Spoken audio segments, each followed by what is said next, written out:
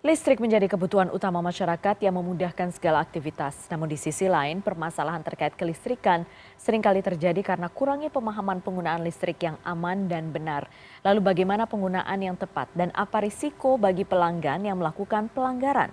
Kami punya informasinya.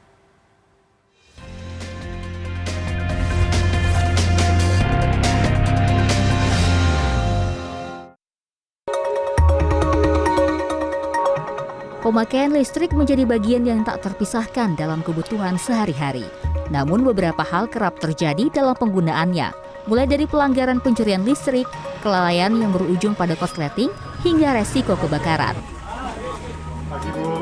PT PLN Persero rutin menggelar sosialisasi terkait penggunaan kelistrikan untuk masyarakat.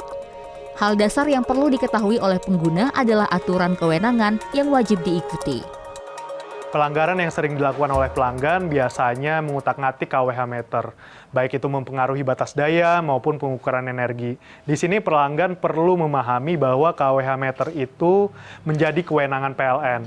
Jadi pelanggan tidak boleh mengutak-ngatik KWH meter, apalagi sampai memindahkan KWH meter tersebut ke lokasi lain. Itu tidak boleh. Jadi jika ada gangguan terkait KWH meter, pelanggan harus melaporkannya ke PLN terdekat.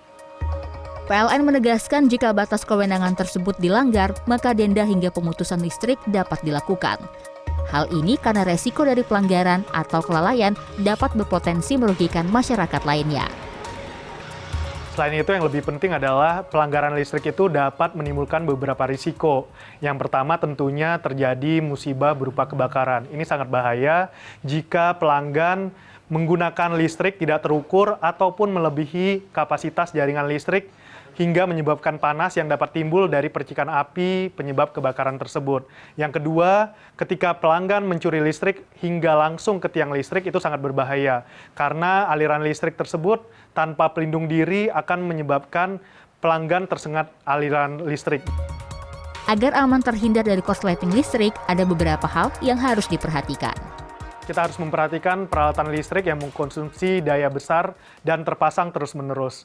Lalu cabut semua peralatan listrik yang tidak digunakan. Lalu juga jangan menumpuk steker terlalu banyak pada satu stop kontak. Gunakan kabel listrik sesuai kapasitas, diameter, dan sesuai standar yang berlaku. Ganti kabel listrik yang sudah rusak ataupun terkelupas. Tidak mengotak-ngatik APP, alat pengukur dan pembatas. Gunakan listrik secara resmi dan gunakan peralatan dan kabel listrik sesuai SNI. Dan yang terakhir, jika daya listrik kurang, bisa melakukan tambah daya melalui super apps PLN Mobile. Untuk keluhan, pengaduan, pembelian token, pasang baru, hingga tambah daya, pelanggan dapat langsung mengakses PLN Mobile. Masyarakat juga diharap waspada terhadap oknum yang mengatasnamakan PLN.